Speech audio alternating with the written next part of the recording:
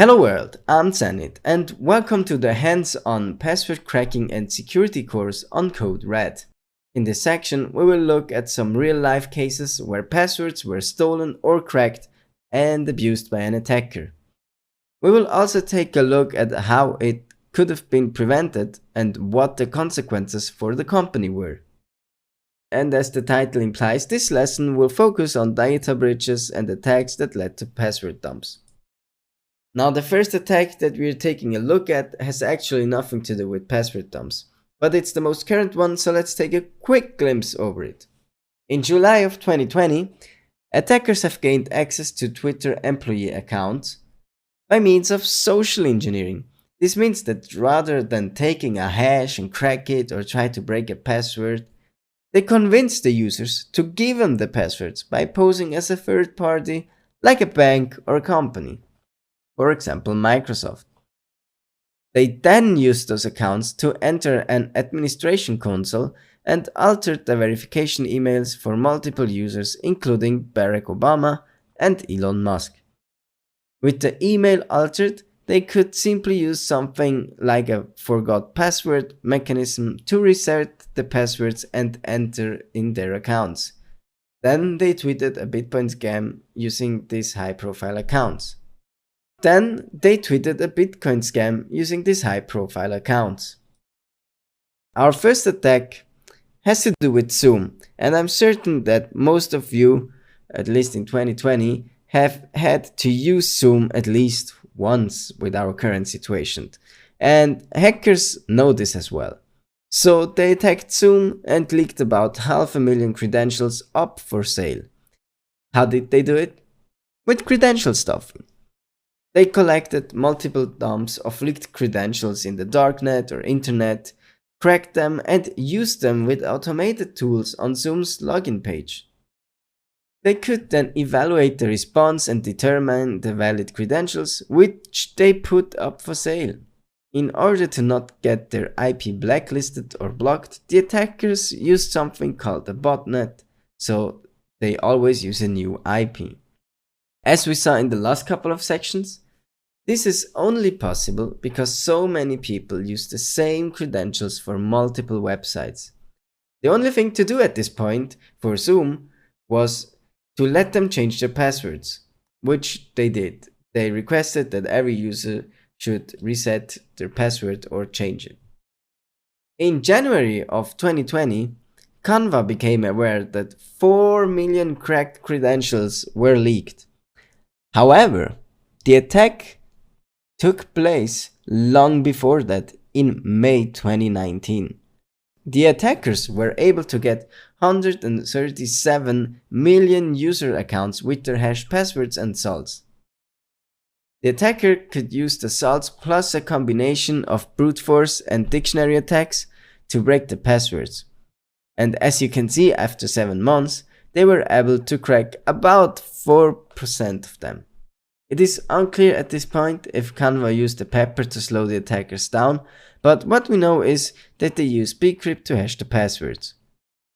This shows that salting does not necessarily make your password safer if the attacker can get hold of the hash and the salt, so make sure to use the pepper as well. Apparently, the attackers were even able to gain OAuth login tokens from users using social sign-in via Google, but that's just a rumor at this point and it hasn't been confirmed. The only thing that Canva could do at this point was to A. reset all the passwords, or B. notify the users with cracked credentials so they could change them on other sites if they were using the same ones. Which, as we saw before, could lead to credential stuffing attacks on other services. And so that's what Canva did, and we hope that it worked out. In 2014, the entire user base of eBay was leaked, including hashed passwords that used weak hashes. Some sources suggest that the attackers used employee credentials to access them and that they went unnoticed for 229 days. How the attackers were able to get hold of the employee passwords is uncertain, but I think it could have been either through means of social engineering or some attack like credential stuffing or password spraying. All they could do, and did, was to reset all the passwords for the users. In 2012, nearly 6.5 million user credentials were stolen by Russian cybercriminals from LinkedIn. Later, in 2016, LinkedIn discovered 100 million email addresses and hashed passwords were leaked. The whole list of partially cracked credentials went up for sale for the price of 5 Bitcoin, which at the time was around 2,000 to 3,000 US dollars. What makes this attack so interesting for us is that LinkedIn failed to use salts for their passwords and thus were easier to crack. Some sources even claim that LinkedIn used a SHA-1 hashing algorithm, which only made it easier to crack. Most of the credentials were probably cracked with a rule-based dictionary attack, as we ourselves did in the section about dictionary attacks, while the rest would have been cracked with brute force attacks. There is, however, still a chance that some passwords were not cracked, if the passwords were random and strong enough. As soon as LinkedIn discovered that so many passwords were leaked, they forced users to change their passwords, if they didn't change them since 2012 already. Following the breach, some users filed lawsuits against LinkedIn, some of which could have cost up to $5 million for LinkedIn. And this is special here because this is one of the first in our cases which actually had to pay money instead of just resetting the passwords for everybody. In July 2018, a breach occurred at 8fit. 8fit is a health and fitness app, and 15 to 20 million user credentials were leaked. And what's even worse, it went unnoticed until February of 2019. 8fit then went on to encourage their users to change their passwords as well as passwords for other services. They started investigating the breach as soon as possible, and according to their own site, they started finding and fixing the vulnerability that caused the breach.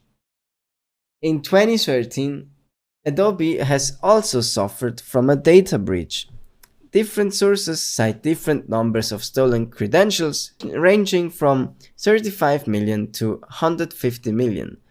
And not only that, the attackers were also able to grab parts of the source code for ColdFusion, Photoshop, and the Acrobat Reader. Adobe, as all other companies in these examples, reset the passwords of all their users and claimed that they did not see any indication of unauthorized activity on the breached accounts. All in all, the breach took 6 weeks to be noticed, since the attacker uploaded the source code on a website that then later was found by security bloggers and researchers. And Adobe is one of the faster companies that we saw in our examples, with only 6 weeks. And 6 weeks is a long time for attackers to crack passwords or dump them somewhere in the darknet and sell them even if they're hashed. So not only did the attackers in this example crack credentials, they also stole parts of the source code. This would allow them to either investigate the code to find flaws and vulnerabilities that they could then later exploit, or they could sell it online, which seems to be what they did.